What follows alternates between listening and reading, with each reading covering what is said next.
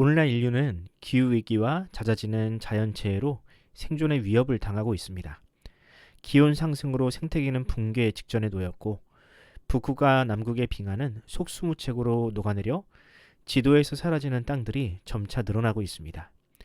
최근 우리나라도 기후위기로 인한 피해가 극심합니다. 해마다 장마철이 되면 국가와 지자체가 철저히 대비하지만 이전 기록을 가볍게 뛰어넘는 폭우가 쏟아져 막대한 인명과 재산 피해를 입고 있습니다.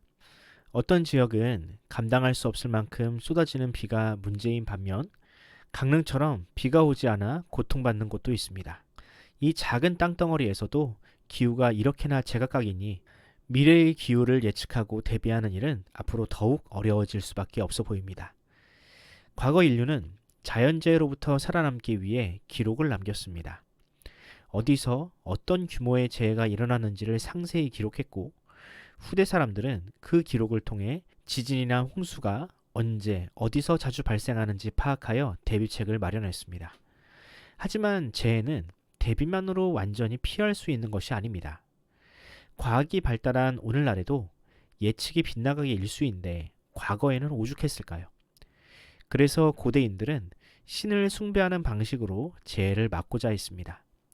하늘과 바다, 땅을 다스리는 신들을 만들어 제사를 지내고 비위를 맞춰 홍수와 가뭄, 지진과 해일을 막아보려 했던 것입니다. 재난과 고난이 신의 뜻이라는 생각은 오늘날에도 여전히 많은 이들의 마음속에 남아 있습니다. 사람들은 지진이나 태풍 같은 거대한 자연재해 혹은 개인이 감당할 수 없는 시련 앞에서 신의 의도를 찾으려 합니다. 신앙을 가진 이들도 예외는 아닙니다. 도저히 이해할 수 없는 상황에 부닥치면 이렇게 기도하곤 하죠. 하나님이 살아계시다면 어찌 이런 일이 일어날 수 있습니까? 어째서 죄 없는 사람이 이렇게 허망하게 죽어야 합니까?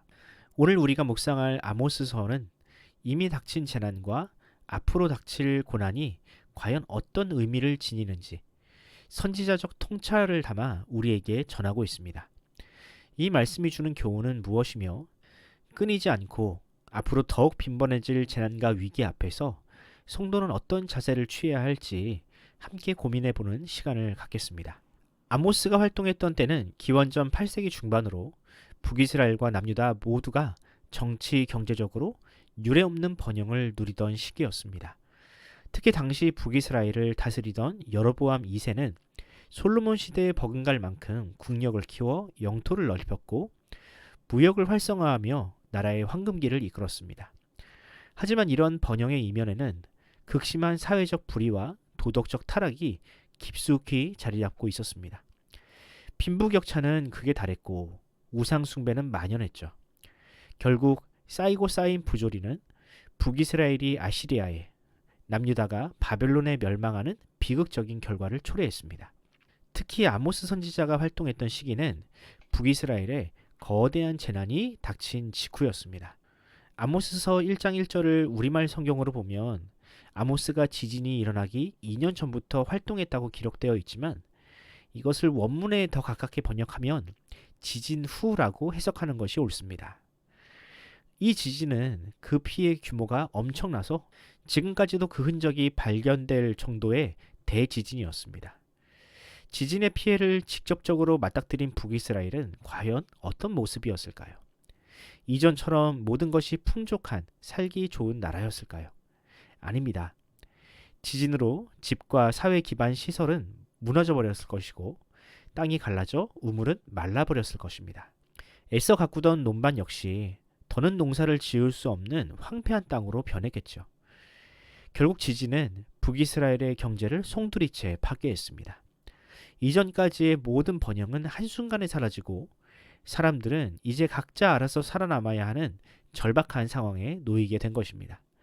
이처럼 목자 없는 양떼처럼 길을 잃고 헤매는 북이스라엘에 하나님은 드고아에서 양을 치던 아모스를 보내셨습니다.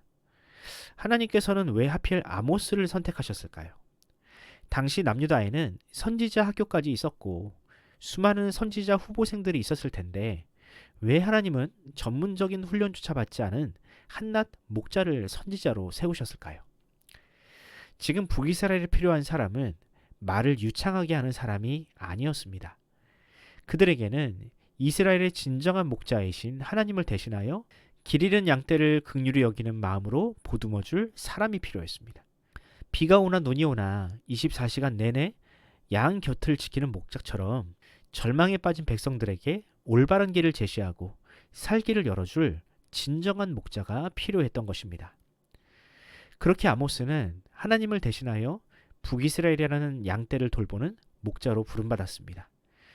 그는 만약 백성들이 죄에서 돌이키지 않는다면 지진과는 비교도 할 수 없는 거대한 재난과 멸망이 닥치리라고 경고합니다. 이제 본문 2절을 읽어드리겠습니다.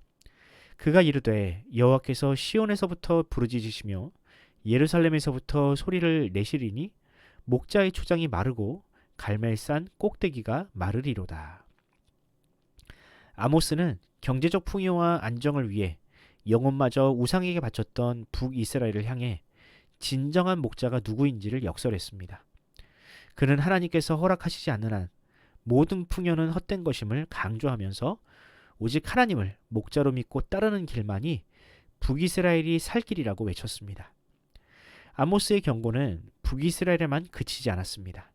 당시 하나님을 떠나 교만에 빠졌던 에돔과 다메섹, 가사와 두로를 향해서도 엄중히 경고했습니다. 이들은 도탄에 빠진 북이스라엘을 긍휼히 여기지 않고 위기 상황에서 도움을 주기는커녕 오히려 상대의 약점을 이용해 자국의 이익을 챙겼던 이들이었습니다. 이처럼 아모스는 온 세상에 하나님의 말씀을 전했던 진정한 목자의 삶을 살았습니다. 모두가 자기 살 길만을 찾기에 급급하고 타인의 아픔과 고통을 외면한 채 오직 돈과 물질적인 가치만을 쫓던 이 삭막한 세상을 보며 아모스는 이 세상의 창조주이신 하나님의 뜻을 담대하게 선포했습니다. 저는 아모스가 전했던 메시지를 묵상하며 마치 오늘을 향한 하나님의 경고처럼 느껴졌습니다. 왜냐하면 그때와 지금의 현실이 크게 다르지 않기 때문입니다. 전 세계가 전쟁과 기근, 온갖 재난으로 몸살을 앓고 있지만 사람들은 그 일이 나와는 상관없다는 이유로 위기감을 느끼거나 슬퍼하지 않습니다. 특히 기후위기는 우리 모두의 생존을 위협하는 일임에도 불구하고 경제 성장이 우선이라며 탄소 배출을 줄이려는 노력은커녕 오히려 늘리고 있습니다. 그 결과 이 지구 반대편에서는 누군가 가혹한 가뭄과 홍수로 인해 목숨을 잃고 있는데도 말입니다. 이런 시대일수록 우리는 하나님께서 이 세상을 위해 어떤 일을 하셨는지를 기억해야 합니다. 예수님께서는 오직 이스라엘만을 위해 십자가를 지신 것이 아닙니다. 우리 주님은 온 인류의 죄를 위해 자신을 내어주셨고 당시 사람 취급조차 받지 못했던 이방인의 아픔에도 귀 기울이셨습니다. 이제 우리 믿는 사람들이 먼저 그 사랑을 회복해야 합니다. 예수님의 심장과 하나님의 사랑으로 이웃의 아픔에 귀 기울이고 이 세상에 진정한 살 길을 보여주는 목자의 삶을 살아야 합니다. 바로 이것이 성경이 이야기하는 하나님 사랑, 이웃 사랑의 핵심입니다. 바라기는 오늘 하루 주께서 우리를 이 세대를 구원하는 목자로 사용하시기를 바랍니다. 우리를 통해 방황하는 이들이 길을 찾고 사랑과 섬김이라는 하나님 나라가 이 땅에 임하기를 간절히 소원합니다.